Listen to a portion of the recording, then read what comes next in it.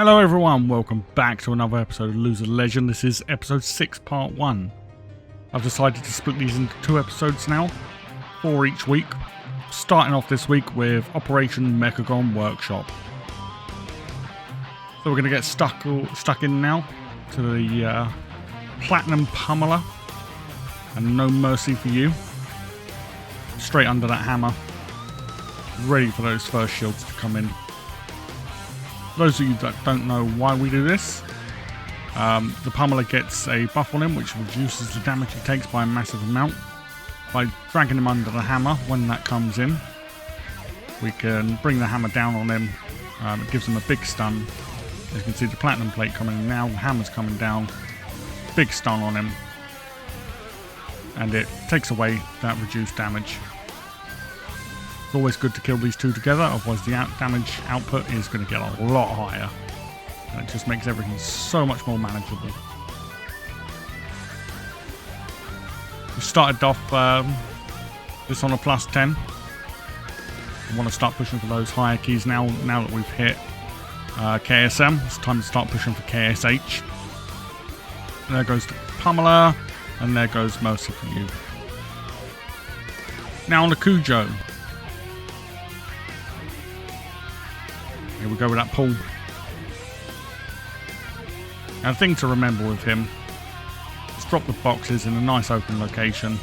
They're going to target a random player in the group. Bring him up to the boss so it maximises any melee's DPS. Makes it easier for the tank as well once those vent and flames start coming in. Before that cast goes off, it's important to line of sight him around that box. Wait for the vent and flames channel to finish, and then you can carry on. Drag him away a little bit. When the second box comes in, just make sure that nobody's stood next to the next box. And that's pretty much it for the fight. The healers do have Dispel to worry about. And these circles coming in now, it's important not to hit the boxes with those AoE circles. And as long as everyone does that, it's going to go down with no problems at all. Vent and flames coming in again. Wait for that cast to go off. Here comes the channel, make sure we're behind that box. The Evoker took a little pulse there, almost killed him in one, but got through, no problems. And there we go, Cujo down. Now we're on to the gauntlet. I normally absolutely fly through it. No, I don't. Okay, so we're almost through. No, we're not going to do that either. Normally make it through first time every time. I've never had this problem. So we're going to walk through. We're going to stumble a bit. Okay, yeah, we're into the next safe zone. And try and push it. Oh no, wait, can't do that. We're going to dance around a little bit. We're just going to wait for that safe zone to come in. There we go. Around we go into the last little safe area. Wait for them to pass through. And we finally made it. Into the Machinist Garden. Get the pull on him. Lost aggro at the start because I didn't use anything going in like an idiot. With him you can have a flower spawn in. It's important that all the DPS switches to the plants. Gets it down as soon as possible because it's going to fire at random people. After that this beam's going to come in. Good to try and make sure that everyone's in the same area. Sometimes it doesn't work out. Make sure you don't get hit by it. You can have these periodic AoE circles come in. Make sure you're not stood in them. Dodging the cogs as well. Very important. They do a lot of damage. Come up to the end of him now.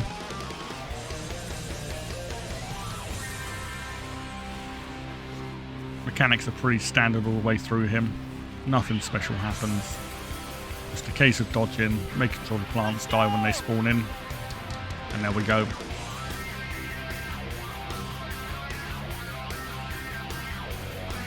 Up to King Meagon.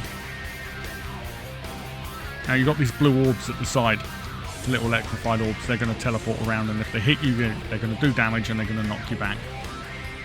You get the telegraph lines that come in and show you where they are. And he's also going to put these beams out on people. Just make sure it's only hitting one person and not the entire group. Once you get them down in that form, on to phase 2.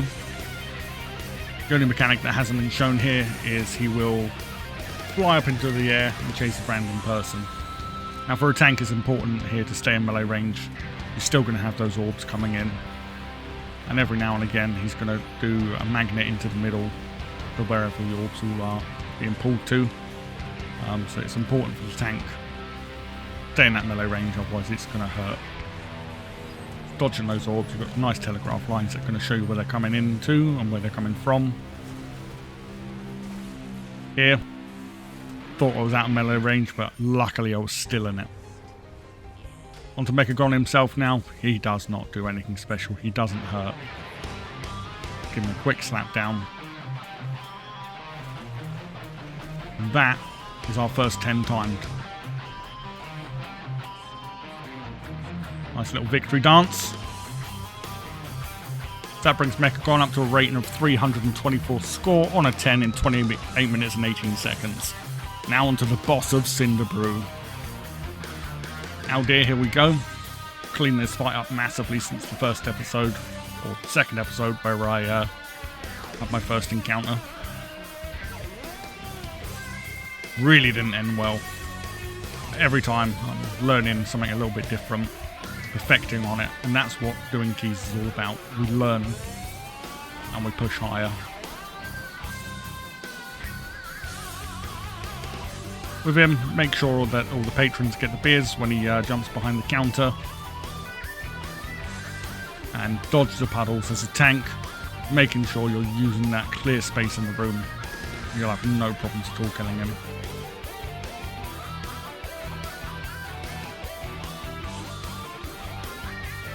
So now onto the Busby. I'm quite anal about this fight because I like to stack the puddles in a nice neat line when they come in. Pull the pack of trash as well. Here comes that first puddle. I like to stack them in a nice neat line when it really isn't necessary because it is a big room. There is a lot of room to use. And all you've got to do is make sure none of the bees are standing in that puddle, otherwise you're going to get pulse and damage that's going to affect the entire group. I've started to be a little bit more open with where I've got my puddles. There's still so much room left to use, so much movement that could be done. And there we go. As long as the DPS are jumping on the bees once they're dead and hitting those canisters, we're all good. On to IPA now. Again, another fight that I've managed to perfect. He spawns in puddles, you dodge them, and then some ads are going to come out. If he goes through the ads, he's going to get a shield bigger on each ad that he hits. I like to clear out this room as much as possible, or as much as needed. So you've got plenty of room for those drops not to hit him. I think it works really well, although you do end up over percentage. It's a safer way to do the boss fight.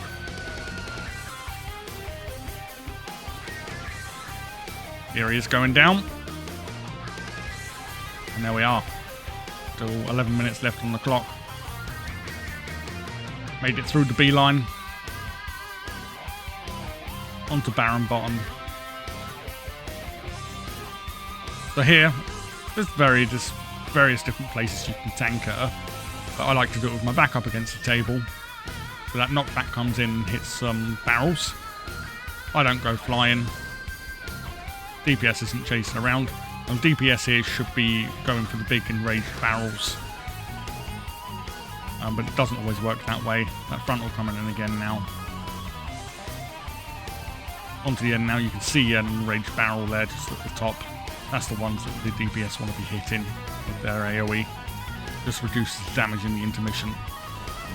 Gives the healer an easier time.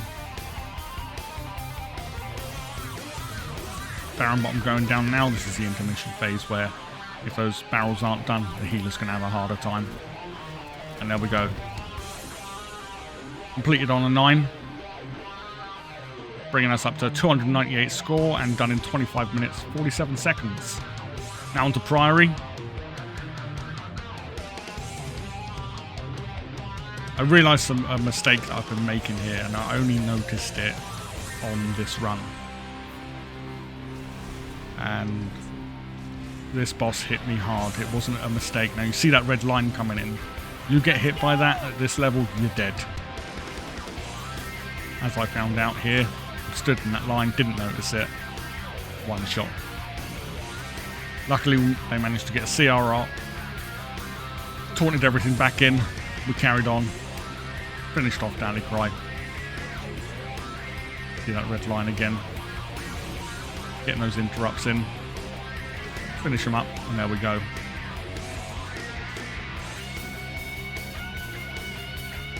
Bit of trash up to Brawn Pike, and here we go on to Brawn Pike now. Now it's great to make big use of the room here because there's a lot of widespread potential AoE damage going out, which can be avoided. So here come these hammers, which are going to spread out. They're going to start off in a small circle. They're going to spread right out. The group stacked up, they're going to be a lot tighter together. And you've got the rest of the room to move to. By dragging them across the room, you're moving out of that AoE. We've also got the soak circles, which is important because of the damage that's going to go out. Sometimes you have 3, 4 or 5, which just need to have a DPS or even healer or everyone run in, take one of the stacks, and that gets rid of that. You can see one over in the back there that's got 5 in it, but we killed the boss before we had to deal with it.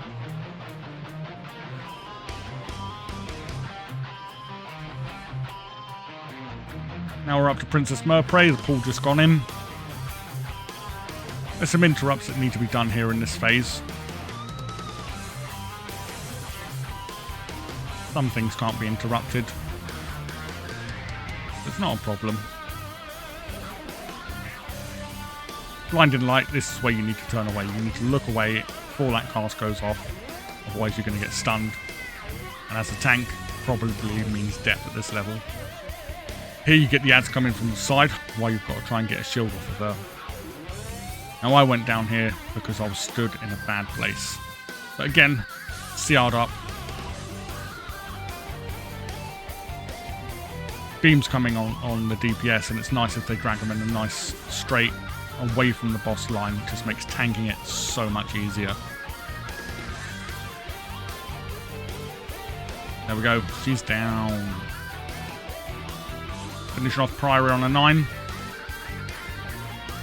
Up to 298 score, all done in 26 minutes and 3 seconds.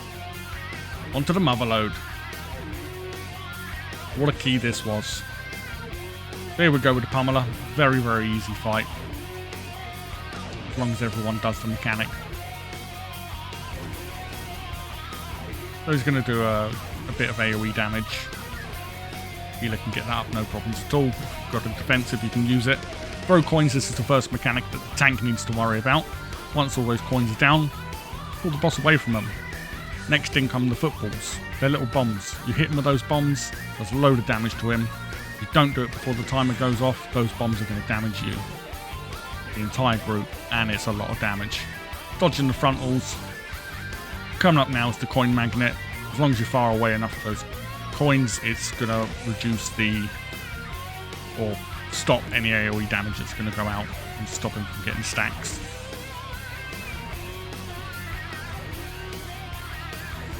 Coin magnet just gone off there again. It's going to pull you in, but it's not a problem. It doesn't do any damage as long as he's got no coins. It's just making sure he's a bit spread out, and he's going to go down no problem at all. At this point, we've got 6 deaths. By the time we get to the next boss, everybody was running into trash that didn't need to get pulled. We were having massive overpulls because there was just no awareness of what's going on. So we come up to here, we get the enraged ad, tank it, keep running away from the other ad. If it's fixated on you, do as much damage to the boss as you can, or the enraged ad. Completely ignore the other one. Here we go, that one's just enraged, taunted it in. And for some reason the Paladin went down there. I didn't see what happened to him. Even looking back at the video, I can't see what happened. And then shortly after, I don't know if it was my fault. Maybe he was too close to the earthquake puddle and wiped us, or I'm not sure what happened. If you can see what happened, drop it in the comments so I can learn from it. There we go. Everyone absolutely getting blasted. I've got aggro on the boss. I've got aggro on the ad.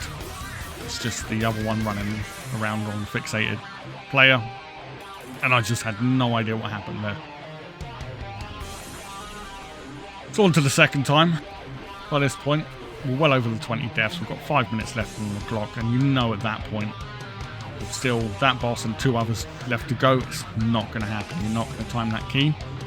But I don't like leaving a key. If the key comes to a point where other people leave, you know, you can't carry on. But I will not leave that key. I will not be the reason that key cannot be finished. Just because it can't get timed doesn't mean people aren't going to get gear. They're not going to learn new things about the fight. Everyone's going to learn from their mistakes. So in the end, we got them down. 25 deaths at this point.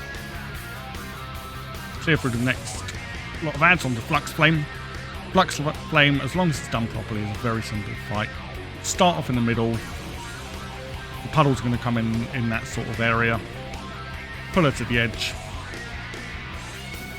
Someone's going to get that on them, and as long as they stack it across what's already there, or as close to it as possible, you can have enough room to finish off the fight. Repellent Blast comes in on a random player. All they've got to do is use it to clear the puddles. It'll come in 3 times, so you get plenty of time to clear pretty much the entire platform, and she will then fill the area back up afterwards, and it's rinse and repeat. You can see those puddles being cleared there. Wasn't necessary at this point because she was going down. But it's better to be safe than sorry. And there she goes. So we carry on now. Up the Razdunk. Now I screwed up at the start here. I'll own my mistakes. What you've got to do is watch for where the flying bots are coming in there. You can see one in the top right. And there's one down in the bottom left as well. And all they do is they bomb across. Now I've gone to a completely wrong location where I should have been completely ahead of myself there. And almost got someone killed because I wasn't tanking the boss in the right area. We dodged the Gatling cannon. You know where he's going to bring it in because it's really well telegraphed. Back in the day it wasn't telegraphed at all. Just had to look where he was facing. When someone gets this bomb on them, run out with it. Try to go to an area where it's not being tanked. Gatling cannon coming in again. The only mechanic I'm missing on here is in the intermission phase where he flies off. 2 ants are going to come in, kill those ants down, and he's going to fixate on someone, make sure that gets dropped on the poles. And you go through that intermission really quickly. Again here, not a problem at all, finish him off like Meagon. And there we are. Razdunk complete. She very, very much overtimed, which is sad. Still finished on a rating 294 on a 10, 42 minutes 50 seconds. Absolutely awful. If you've enjoyed this video, drop a like, drop a comment, share it with everyone, and most of all, subscribe to the channel. Really, really appreciate it. Thank you to everyone that's been supporting. Thank you to Steve Forward for allowing me to use this music. Thank you to ZepezTTV for the sound effects used as and when I use them. Please, guys, drop that subscribe, give me some feedback, and show us what we can improve on.